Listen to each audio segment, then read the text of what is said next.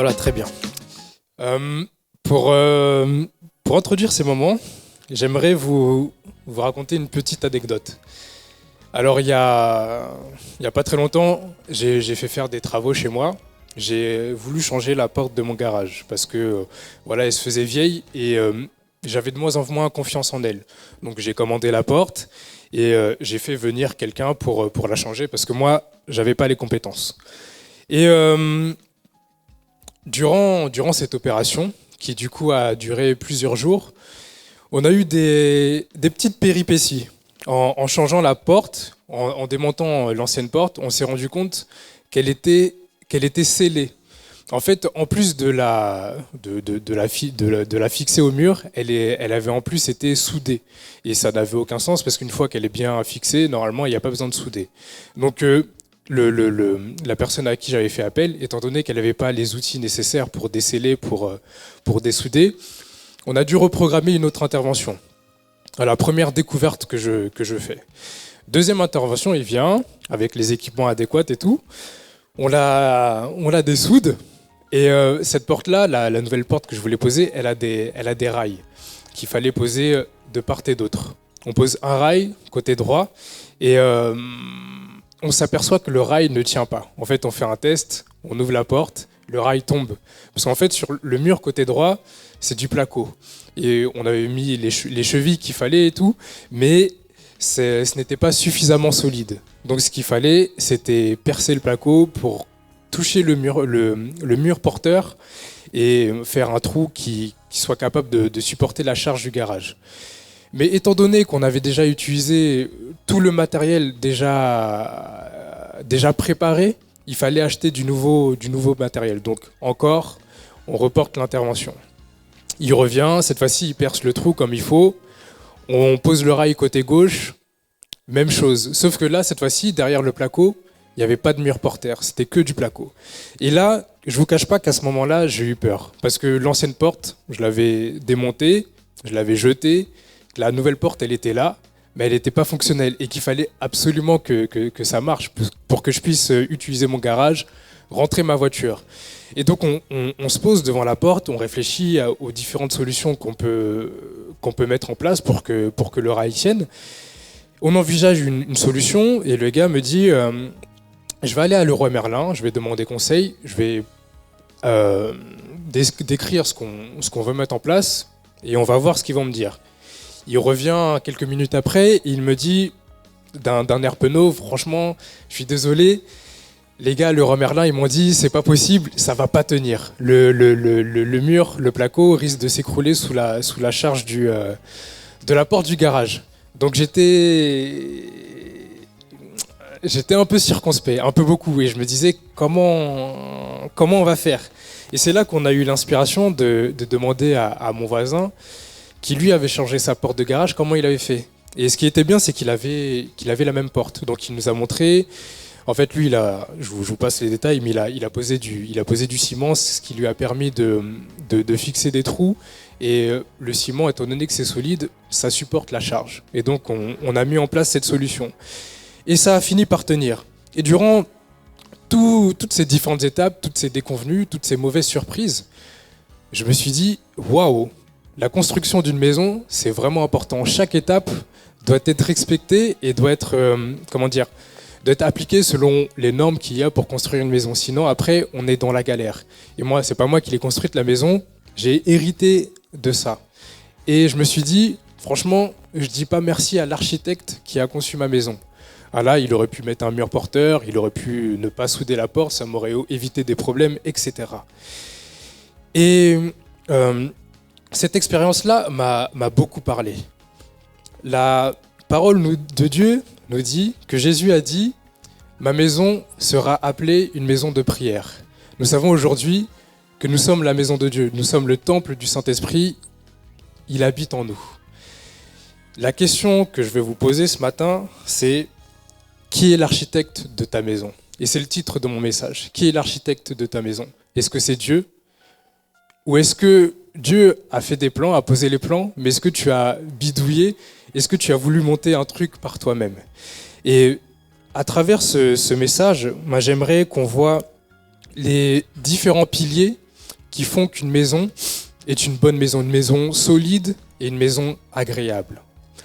Le premier pilier, c'est une liste non exhaustive et elle est selon moi.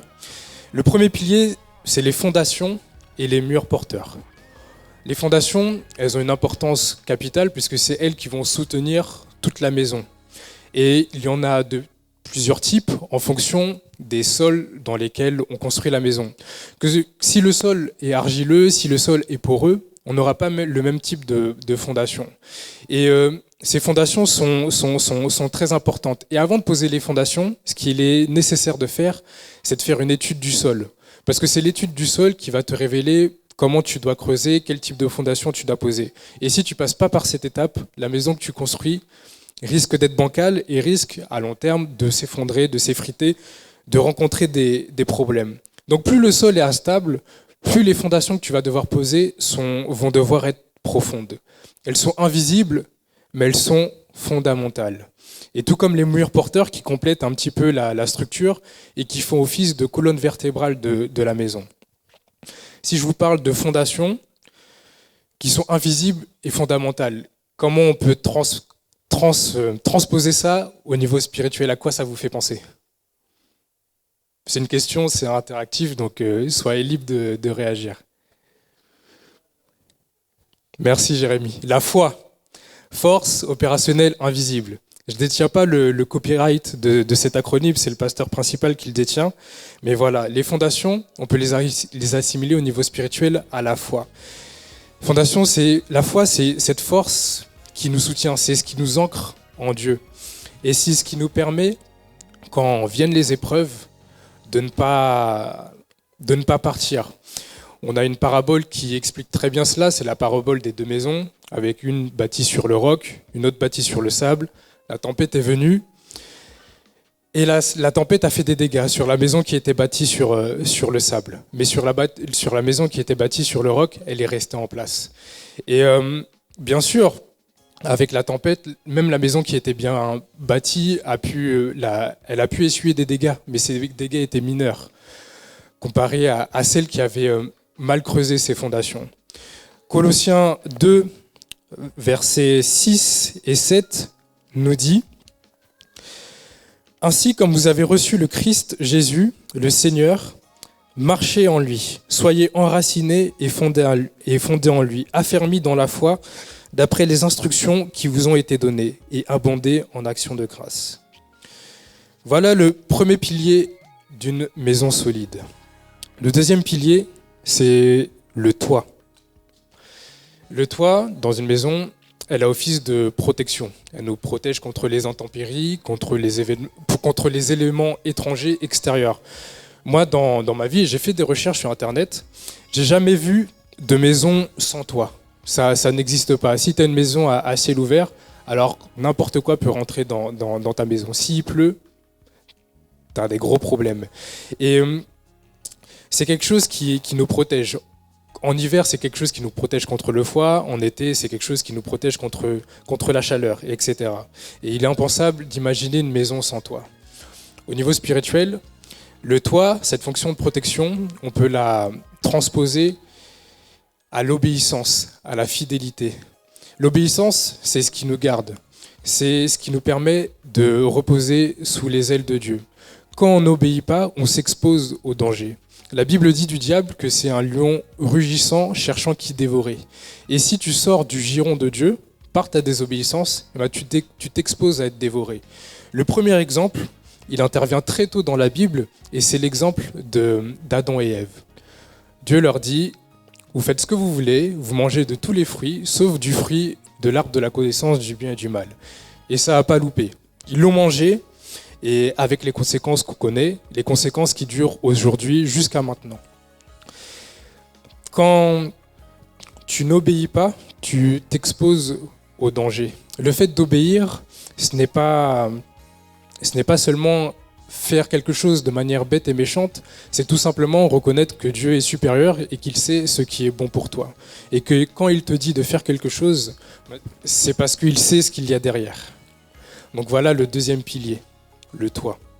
Le troisième pilier d'une maison bien faite, c'est l'électricité. Pareil que le toit, une maison sans électricité, c'est une maison qui est difficilement habitable et exploitable. Alors, quand il y a l'électricité, maintenant, on est en 2020, il y a des normes qui vont avec pour que l'électricité soit capable de te fournir l'énergie nécessaire tout en ne te blessant pas. L'électricité est une puissance, un fournisseur d'énergie indispensable et incontournable. Si on va au niveau spirituel, à quoi est-ce que l'électricité vous fait penser? Merci Ange, t'es vive. Le Saint-Esprit. Acte 1:8 dit « Mais vous recevrez une puissance, le Saint-Esprit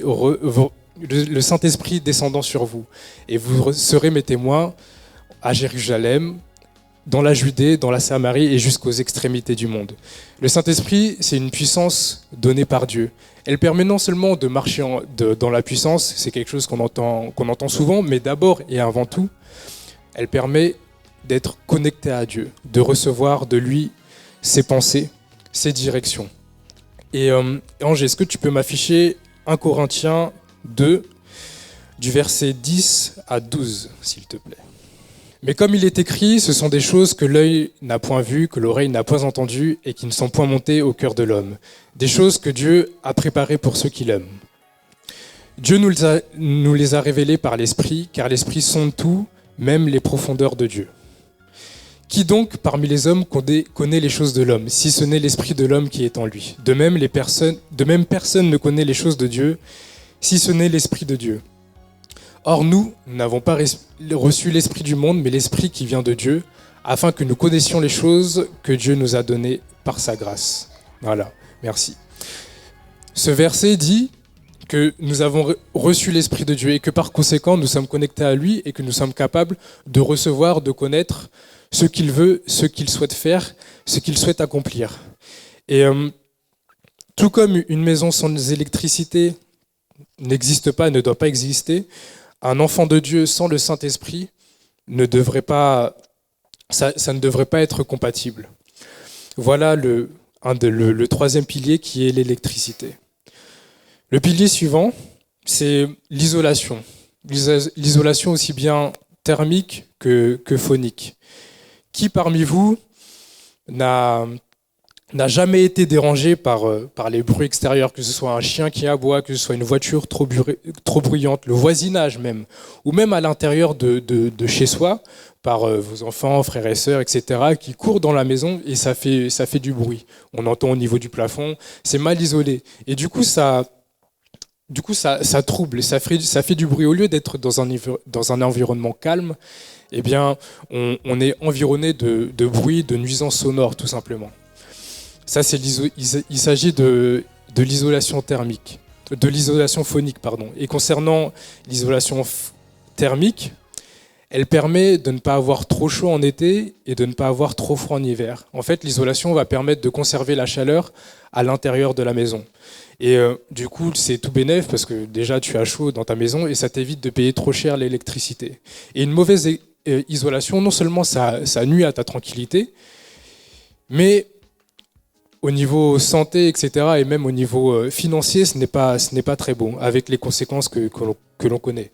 Et l'isolation, quel que soit sous n'importe quel aspect, permet à la maison d'être imperméable aux variations du temps, aux nuisances extérieures ou intérieures. Elle permet de garder la chaleur à l'intérieur. Et le parallèle que je fais avec ça dans notre vie de tous les jours, c'est dans Matthieu 6,6 qui dit « Mais quand tu pries, entre dans ta chambre, ferme la porte, et ton Dieu qui est là, qui te voit dans le secret, te le rendra. » Ce verset, il nous invite à nous isoler de l'environnement extérieur qui pourrait nous troubler, qui pourrait nous empêcher d'être à son écoute comme il le voudrait. Il nous invite à nous rapprocher, être au plus près de Dieu, de recevoir de lui sa direction. Et comme Dieu, c'est un Dieu d'amour, son amour est communicant. Et il nous procure en quelque sorte une chaleur. Et cette chaleur, non seulement tu la reçois, mais aussi après tu vas la communiquer. Dieu est un Dieu de chaleur. Et la preuve dans Apocalypse, il est dit, quand Jésus parle à une église, il dit Voilà, parce que tu n'es ni chaud ni froid, tu es tiède, je te vomirai de ta bouche. Dieu attend de nous que nous soyons des chrétiens bouillants. Et cette chaleur-là, il n'y a qu'une seule source de chaleur, c'est dans la présence de Dieu. Ce pilier-là, l'isolation thermique folique, c'est ta vie d'intimité avec Dieu. C'est un des piliers pour avoir une bonne maison. Voilà le pilier. Et j'en arrive au dernier pilier, selon moi, un pilier que j'ai ajouté et des fois qu'on a tendance à oublier, c'est l'aspect extérieur de la maison. Moi j'aime beaucoup regarder une émission, je ne sais pas si vous connaissez, c'est Recherche appartement ou maison, où en fait c'est des personnes qui sont sélectionnées et qui visitent des maisons, des appartements dans le but de les acheter. Mais il y a des personnes également qui doivent vendre leurs biens. Et souvent, l'expert qui intervient leur dit, voilà, il y a tel problème dans votre maison, l'extérieur n'est pas très beau, il faut le rénover, etc. Et les gens, jusqu'à la visite de l'expert, ne se rendent pas compte que l'extérieur a une importance capitale, parce que c'est l'extérieur qui fait la première impression. Si l'extérieur n'est pas beau, il est tout rabougri, si la peinture se décolle, etc., même si à l'intérieur de la maison, ça peut être tout neuf, l'extérieur laisse déjà une première impression et tu auras du mal à la quitter. Et c'est un petit peu la même chose avec nous. On se dit, on est le temple de Dieu, il faut qu'on soit rempli des fruits de l'esprit, etc. Mais on oublie des fois cet aspect qui est l'extérieur. Je ne nous dis pas ce matin de devenir des mannequins, etc. Je nous dis juste de faire attention à l'enveloppe charnelle que Dieu nous a donnée. Dans le sens où, si je sais que j'ai une pratique qui peut altérer ma santé, étant donné que je suis le temple du Saint-Esprit et que ce n'est pas mon temple, mais que c'est son temple, que j'aurai des comptes à lui rendre, il faut que j'arrête, tout simplement. C'est ça le parallèle qu'on peut faire avec l'aspect extérieur. Et une fois qu'on a vu tous ces aspects, les fondations, le toit, l'électricité, l'isolation et l'aspect extérieur, on va voir comment faire un diagnostic, voir quels sont ces piliers qui peuvent être endommagés, à quel signe on peut reconnaître qu'on a des problèmes. Le premier, pour le pilier de la fondation, c'est ce qui caractérise des fondations fragiles et des murs fragiles, c'est une maison qui s'affaisse au fur et à mesure. Une maison qui se fissure, on voit des grosses fissures qui apparaissent sur les murs, on voit de l'humidité qui apparaît, de l'infiltration dans les sous-sols et un effritement. Et tout ça indique que les fondations ne sont plus bonnes, que les fondations ont mal été posées. Et au niveau de la foi, est-ce que la foi que j'ai a plus laissé au fur et à mesure de place au doute, à la peur, à l'incrédulité, au raisonnement humain? Est-ce que la foi, force opérationnelle invisible, s'est transformée au fur et à mesure en faiblesse oppressante, immobilisante? Et c'est la question qu'il faut se poser concernant le pilier de notre foi. Est-ce que j'ai toujours une foi solide ou est-ce que j'ai une foi qui commence à baisser en intensité? Et si, dans ma vie, je vois que je suis de plus en plus en proie au doute, à la peur ou à tous ces sentiments qui ne sont pas fournis par Dieu, qui ne sont pas donnés par Dieu, c'est que Dieu veut te montrer que ta foi a besoin d'être renforcée. Voilà des symptômes exposés rapidement concernant la foi. Concernant le toit, qui est l'obéissance, on repère des problèmes au niveau du toit quand il commence à avoir des infiltrations, pareil, au niveau du plafond, au niveau du toit, quand on commence à avoir des tuiles cassées, quand on voit apparaître de la mousse sur les tuiles, signe de mauvaise santé des tuiles. Et quand je me rappelle plus du nom du local qui est en haut, juste en dessous du toit, mais au niveau des structures en bois qui maintiennent le toit, on commence à avoir des sciures. Et tout ça, c'est signe que des bêtes commencent à attaquer le toit.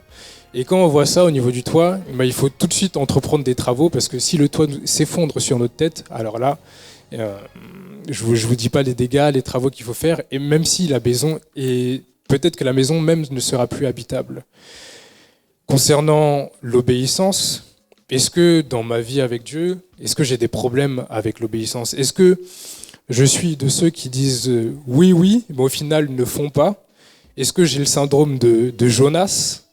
Est-ce que je dis Seigneur, Seigneur, mais est-ce que je fais la volonté de Dieu? Est-ce qu'il est obligé de le dire 2, 3 fois, de me dire de faire quelque chose pour que je le fasse, ou est-ce que je le fais rapidement? Et si ces symptômes-là apparaissent concernant mon obéissance, ça veut dire que j'ai un problème avec ça. Notre vie avec le Saint-Esprit pour l'électricité. Ce qui alerte par rapport à des problèmes d'électricité dans une maison, c'est des pannes qui deviennent de plus en plus fréquentes, des coupures, un petit peu moins de puissance. Et là, tout ça, là, je parle sous le contrôle de l'électricien Adonai, qui me corrige si c'est bon. Et l'électricité, quand elle est mal dimensionnée, quand elle n'est pas aux normes, ça peut entraîner des feux domestiques. On a déjà entendu dans des phénomènes divers, voilà, des maisons qui ont brûlé parce que voilà, il y a eu des fonds de contact, etc. Et l'électricité est une puissance, mais qui doit être utilisée selon les normes. Et il en est pareil avec le Saint-Esprit. Le Saint-Esprit, c'est Dieu, une partie de lui qu'il détache en nous, pour nous permettre de nous accompagner dans la vie de tous les jours. Néanmoins, quand il est en nous, on doit faire attention. La parole de Dieu nous dit « N'attristez pas le Saint-Esprit, n'éteignez pas le Saint-Esprit ». Et j'aime bien l'image que j'emploie pour moi-même, où je me dis, étant donné que le Saint-Esprit est en moi et qu'il habite avec moi, si je fais quelque chose, si je dis quelque chose, si je vais à un endroit et que intérieurement je ne me sens pas bien, que je ne me sens pas en paix, ben ça veut dire que ça dérange également le Saint-Esprit. Et si je continue d'alimenter ça, si je continue d'entretenir, au fur et à mesure, et ben, la puissance du Saint-Esprit, la flamme du Saint-Esprit va finir par s'étioler et à la fin s'éteindre.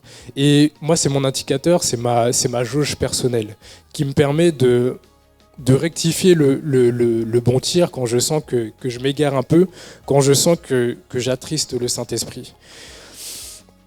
Voilà pour le diagnostic au niveau de l'électricité. Concernant l'isolation, ce qui caractérise une mauvaise isolation dans une maison, dans un appartement, dans un habitat, sont des nuisances sonores. La difficulté à être dans un environnement tranquille. On est sans cesse dérangé par du bruit qui ne vient pas de la maison, qui vient de l'extérieur.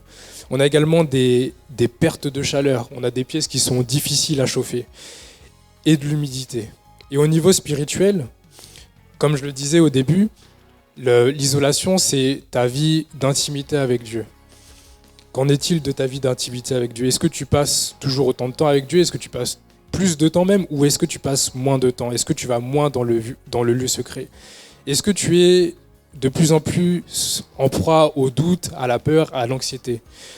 Dieu dit, déchargez-vous sur lui de tous vos soucis.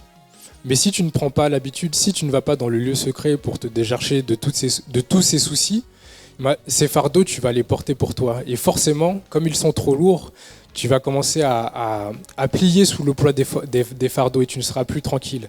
Et des fois, c'est ce que je dis à ma femme quand voilà, elle me raconte une situation, etc.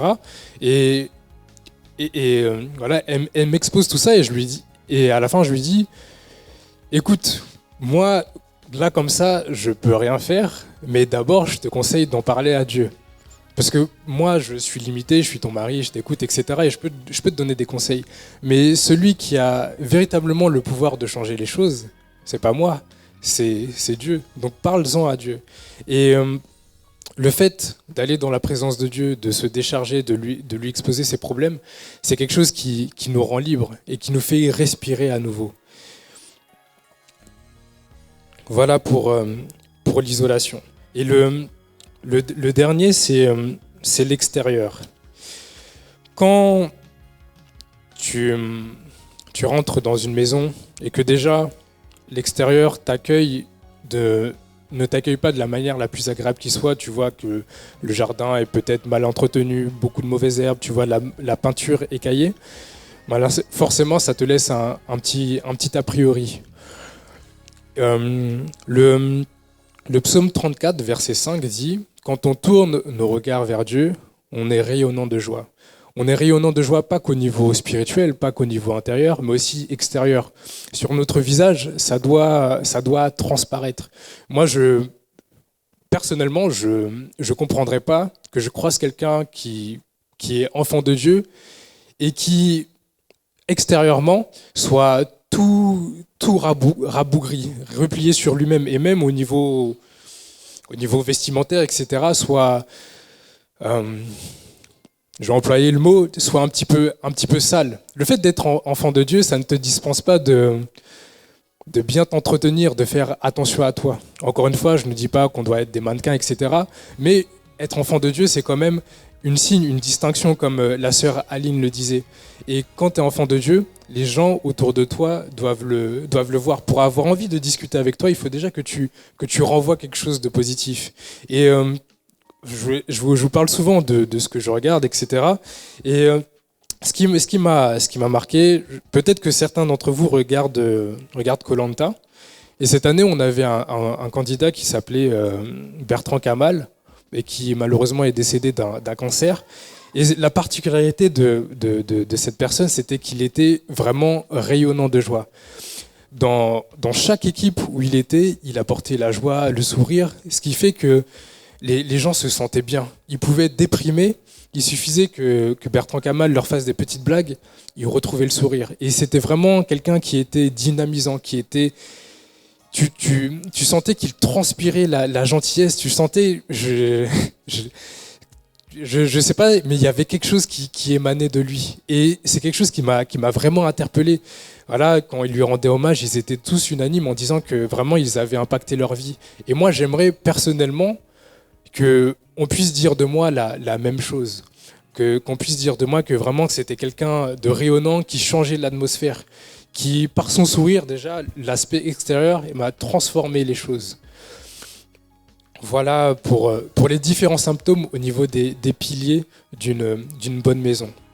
Mais ce qui est bien, c'est que je ne vais pas vous laisser comme ça. On a vu les symptômes qui peuvent amener à des conséquences désastreuses.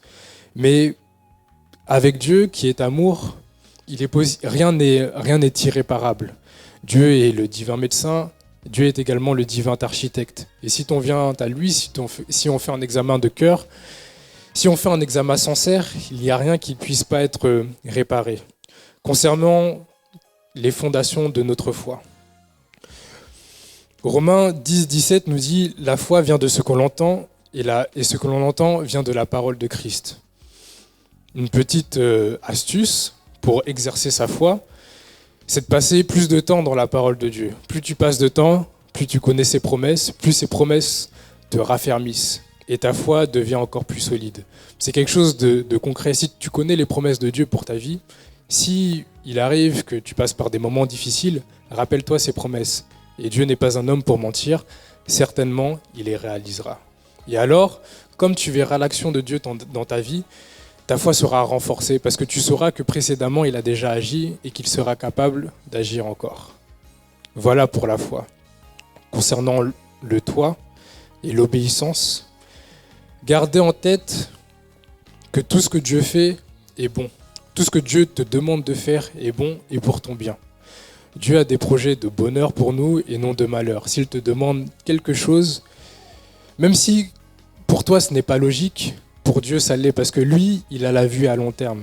Quand il a demandé à Abraham de sacrifier son fils Isaac, nous en tant que lecteurs, on était choqués, on était offusqués. Dieu lui a fait une promesse avant, il lui a dit « Je te rendrai aussi nombreux que toutes les étoiles que tu vois dans le ciel. » Il lui donne un fils dans la vieillesse et après il lui demande de le sacrifier. On peut se dire « Mais Dieu, à quoi tu joues ?» Mais Abraham connaissait le Dieu qui lui demandait de faire ce sacrifice. Et en conséquence, il a obéi. Et aujourd'hui, nous sommes les héritiers de sa promesse parce qu'il a été obéissant. Tout ce que Dieu fait est bon. Obéis et tu verras l'action de Dieu dans ta vie et en plus, tu seras protégé. Concernant l'électricité et le Saint-Esprit. Aujourd'hui, on ne peut pas acheter et vendre une maison si l'électricité n'est pas aux normes. Pareil, avec le Saint-Esprit, il faut que le Saint-Esprit qui habite en toi, il faut qu'il soit dans dans les normes spirituelles que Dieu a établies. Ne l'attriste pas, ne l'éteins pas par des pratiques qu'il n'aime pas, qu'il n'approuve pas et que tu sais, mais que tu continues d'entretenir. Honore le Saint-Esprit, parce que Dieu est comme un Dieu dévorant. Dieu est ce feu qui te fortifie, qui te réchauffe, mais il est le feu également destructeur qui va détruire ce qui ne lui plaît pas. Et donc ne prends pas le risque de jouer avec le feu, tout simplement. Concernant l'isolation, il n'y a pas beaucoup de choses à dire, tout simplement.